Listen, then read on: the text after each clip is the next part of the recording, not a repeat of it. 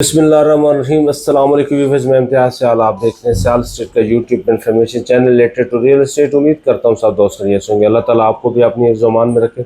Special सलाम मेरे overseas Pakistani को। आज हम बात करेंगे DH मुल्तान के ऊपर। DH मुल्तान माशाल्लाह प्रोजेक्ट के बारे में काफ़ी डिटेल में मैं बात करता रहता हूँ कि एक कम्प्लीट प्रोजेक्ट है। एज ए डिवेलपर्स के तौर पर अगर मैं देखता हूँ उसको, तो उसमें जो रिक्वायरमेंट्स थी वो उन्होंने पूरी की। मार्केट की सिचुएशन थोड़ी स्लो मोशन में जा रही, बट ये सारे पाकिस्तान के अंदर यही सूरत हाल है। अगर हम DH क्वेटा को देखते हैं, बावलपुर को देखते हैं, गुजरांवाला को देखते हैं, या पेशावर को भी देखते हैं जो डेवलप पे ऑलरेडी हुआ था। लेकिन लाहौर के साथ हम किसी को कंपेयर उस तरह नहीं करते, क्योंकि लाहौर एक स्टेबल फेज़ है, उसके 10 फेज़ का एक प्रोजेक्ट है, तो इसमें ऑलरेडी काफ़ी फेजेज़ हैं जहाँ पे मिच्योर है। बट मैं अगर लाहौर के बाद बात करता हूँ तो मेरे ख्याल में मुल्तान बेहतरीन प्रोजेक्ट है। इसमें कोई डाउट वाली बात नहीं। उनके जो रोड नेटवर्क है, डेवलपमेंट का स्टैंडर्ड है, अंदर जो कम्यूनिटीज़ उन्होंने दी है उनकी, वो कम्यूनिटी के लिए बहुत ज़बरदस्त है। आप वहाँ पे देखें, स्पोर्ट्स के हवाले से वहाँ पे बड़ा ज़बरदस्त है, एजुकेशन के हवाले से, हेल्थ के हवाले से, और ये सारी चीज़ें अगर हम देखते हैं ओवरऑल। अभी पिछले दिनों कश्मीर पार्क ओपन किया, पाकिस्तान स्क्वायर को देख लें, इनके सेंटर स्क्वायर को देख लें, कमर्शियल एक्टिविटी, कमर्शियल साइजेस को देख लें। वो जहाँ पे जितने बड़े प्रोजेक्ट बने, मुल्तान ने इंशाल्लाह फिर पकड़ाई नहीं देनी। अभी टाइम है कि मुल्तान में इन्वेस्टमेंट की जाए। 5 मरला में, 10 मरला में, 8 मरला में, 1 कनाल में, 2 कनाल में, या आप जाते हैं कमर्शियल में 4 मरला, 2 मरला भी है, 4 मरला, 8 मरला, इस कमर्शियल में जाते हैं, या बड़ा प्रोजेक्ट करना चाहते हैं। वहाँ पे सरीन टावर भी आ रहा है, कल दोस्त से कह रहे थे क्योंकि ये तो मरने के बाद ही बनेगा, ऐसी कोई बात नहीं। इंशाल्लाह वो भी उसका काम 4 तारीख को ओपनिंग है उसकी, और अर्थ ब्रेकिंग उसकी है, तो इंशाल्लाह उसके काम वहाँ से शुरू हो जाएगा। और 3 साल में जो इंस्टॉलमेंट का प्रोग्राम है, 3 से 4 साल के अंदर वो कंप्लीट हो जाएगा। जब वो कंप्लीट हो जाएगा तो वो चेंज होगा, गेम चेंज होगा पूरे मुल्तान के हवाले से, अगर आप कहते हैं शहर के हवाले से भी। और अगर DH में देखें तो DH में इससे बड़ा प्रोजेक्ट और है ही नहीं, कोई आ ही नहीं सकता। सारे DH में अगर देखें हाईराइज बिल्डिंग है, तो उसमें भी आपको इन्वेस्टमेंट करनी। 0322888429 मेरा नंबर है। और वहाँ पे अगर सेल परचेज के हवाले से चाहते हैं, किसी भी कैटेगरी में आप प्लाट लेना चाहते हैं, हमारे पास सोसाइटी के थ्रू भी प्लाट होते हैं, जो आप डायरेक्टली सोसाइटी से भी हमारे थ्रू परचेज कर सकते हैं। और वहाँ पे सेल परचेज करें। वहाँ पे घरों का प्रोजेक्ट अगर आप इरादा रखते हैं कि एज ए बिल्डर काम करना है, तो मेरे ख्याल में आप सोसाइटी से ही प्लाट परचेज करके वहाँ पे बना सकते हैं, और उसमें काफ़ी बेनिफिट भी मिल सकता है। लोकल मार्केट में आप परचेज करना चाहते हैं, लोकल मार्केट से परचेज कर लें। मीन्स के जो ओपन डीलर्स बैठे हैं हमारे दोस्त, उनसे भी आप परचेज कर सकते हैं। हमारा जो बताने का मकसद है, अल्हम्दुलिल्लाह हमारा एक्सपीरियंस और बेस ये कहती है कि DH मुल्तान एक बेहतरीन प्रोजेक्ट है, जिसमें आप सरमायाकारी करेंगे इंशाल्लाह आपको नुकसान नहीं होगा। ये जो रेट अप डाउन होते हैं, ये वक्ती तौर पे होता है। गवर्नमेंट चेंज हुई, एकदम से पॉलिसी समझ नहीं आ रही थी, अभी दोबारा से इंशाल्लाह बेहतर होगा। टैक्सेस के हवाले से भी काफ़ी दोस्त परेशान थे, तो टैक्स का भी इंशाल्लाह कोई बवाल नहीं बनेगा। टैक्स क्या है, पाकिस्तान में हम रहते हैं, तो जो गवर्नमेंट के डिसीजन होंगे तो वो उनके ऊपर तो अमल करना पड़ेगा। ये नहीं है कि एक दफ़ा एक साल में गवर्नमेंट टैक्स लगा दे तो काम ख़त्म हो जाएगा, वो इंडस्ट्री तबाह हो जाएगी, ऐसा नहीं होता।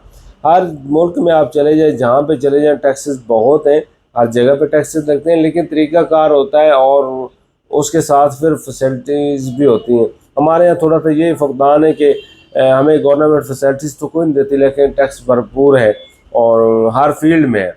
आप किसी भी सेक्टर में चले जाएं, पेट्रोल डीजल को ले लें, और डॉलर्स कंट्रोल में नहीं है। काफ़ी मामलात हैं जो परेशान कौन है। और परेशान कौन क्या होता है कि ये जो रियल एस्टेट सेक्टर होता है, इसके साथ काफ़ी चीज़ें वाबस्ता होती हैं। अगर इसी को आप प्रमोट करते हैं, जिस तरह पिछली गवर्नमेंट ने किया था, तो हालांकि कोरोना में बड़े मसाइल थे पूरे वर्ल्ड में, लेकिन पाकिस्तान में उस तरह के मसाइल नहीं थे। वजह क्या थी कि एक ऐसी इंडस्ट्री को ओपन कर दिया, ऐसी फील्ड को ओपन कर दिया। मैं प्रोजेक्ट करता हूँ, घरों के तमीरात करता हूँ, प्लाजे बनाता हूँ, उसमें हमारे पास एक प्लाजे पे कम से कम 200-250 बंदा काम कर रहा है रिलेटेड। कभी शटरिंग वाले आ जाते हैं, कभी चुनाई वाले आ जाते हैं, कभी प्लस्तर वाले आ जाते हैं, कभी कोई लेबर आ जाती है, कभी भराई वाले आ जाते हैं, कोई स्टील फिक्सिंग वाला आ गया है। अब देखिए, स्टील उसमें लग रहा है, इलेक्ट्रिसिटी का काम हो रहा है, सेंट्री का काम हो रहा है, सेंट्री वाला काम कर रहा है, इलेक्ट्रिशियन काम कर रहा है, वहाँ पे शटरिंग वाले काम कर रहे हैं, चुनाई वाले कर रहे हैं, लेबर हर लिहाज से वहाँ पे लोग काम कर रहे हैं। स्टील कटिंग करने वाले अलहदा से टीम में होती है, तो 20 बंदे आके स्टील कटिंग करते हैं। मीन्स कि हर बंदा वहाँ पे बिल्डिंग में अगर आप जाते हैं तो उसको रोज़ी रोटी मिलती है। ये कोरोना के दौर में अगर यही माहौल होता तो मेरे ख्याल में काफ़ी लोग मर चुके होते, लेकिन कंट्रोल किया गवर्नमेंट ने और ऐसी फील्ड को ओपन किया जो लेबर के रिलेटेड थी, और काफ़ी तबका जो है हमारा वो लेट करता है लेबर से, तो वो काफ़ी सुकून में रहें। तो मैं समझता हूँ कि गवर्नमेंट को चाहिए कि जो सेक्टर जॉब प्रोवाइड कर रहे हैं उनके ऊपर रिलीफ रखें, ना कि आप उसको डैमेज करते जाएं, डिमोलिश करने की कोशिश करें या उसके बारे में ऐसे अफवाहें फैलाते जाएं। तो मैं समझता हूँ कि ऐसा नहीं होना चाहिए, गवर्नमेंट की तरफ से ऐसा नहीं होना चाहिए। गवर्नमेंट को हर फील्ड को, हर इंडस्ट्री को अप्रिशिएट करना चाहिए, और जो अच्छा काम कर रहे हैं हमारे रियल एस्टेट सेक्टर में, अब एक एक दफ्तर में 20-20, 15-15 लोग, 25-25 लोग काम कर रहे हैं जो जॉबलेस हैं। वो लोग यहाँ पे यूज़ हो रहे हैं और काम कर रहे हैं और अपनी फैमिलीज़ को पाल रहे हैं, खर्चे चला रहे हैं। ये चीज़ें देखना चाहिए गवर्नमेंट को भी। उन्हीं की वजह से थोड़ा सा माहौल डिस्टर्ब हुआ, और पूरे 1.5 साल में ना डॉलर कंट्रोल में आया, ना कोई चीज़ भी कंट्रोल में नहीं आई।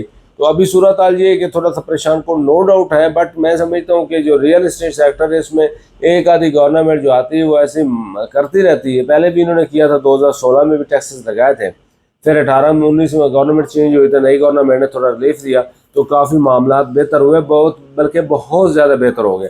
तो मैं भी समझता हूँ कि इस वक्त जो दबाव में सूरत हाल है, तो आप लोगों को चाहिए कि DH मुल्तान में इन्वेस्टमेंट करें अपने घर बनाने के लिए, और वहाँ पे एंड यूज़र के तौर पे जाएं, बिजनेस करें, आप वहाँ पे बिल्डर के तौर पे काम करें, तो बहुत गुंजाइश है, बहुत ज़्यादा मौके हैं कि आप वहाँ पे बेहतरीन कारोबार करके अपना सरमायाकारी करके उससे प्रॉफिट ले सकते हैं। मीन्स कि अभी मार्केट अगर स्लो मोशन में जा रही तो आप वहाँ पे घर बनाना शुरू कर रहे हैं, वहाँ पे कनाल का घर शुरू करें, 10 मरला का करें, 5 मरला का करें, 8 मरला का करें, कमर्शियल ले लें, तो वो जब आप तमीर कर लेंगे तो उसमें आपको इंशाल्लाह बहुत बेहतरीन फ़ायदा होगा। तो हर लिहाज से रियल एस्टेट सेक्टर को देखना चाहिए, ना कि प्लॉट सेल परचेज में या प्लॉट में इन्वेस्टमेंट करके रख लेनी चाहिए।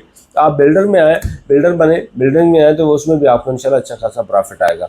तो हमारी कोशिश थी कि आपको मुल्तान के बारे में बताते जाएँ। रेट्स जो है वो मुनासिब हुए हैं, बट मैं अगली वीडियो में इंशाल्लाह रेट्स जो है उसके ऊपर डिटेल में बताऊंगा आपको, ब्लॉक वाइज रेट देंगे, और जो भी आपकी प्रॉपर्टी वहाँ पे हो, आप सेल करना चाह रहे हो, परचेज करना चाह रहे हो, तो आप हमसे रब्ता कर सकते हैं। तो आज के लिए तो इजाज़त, नेक्स्ट मिलते हैं, अल्लाह हाफिज़।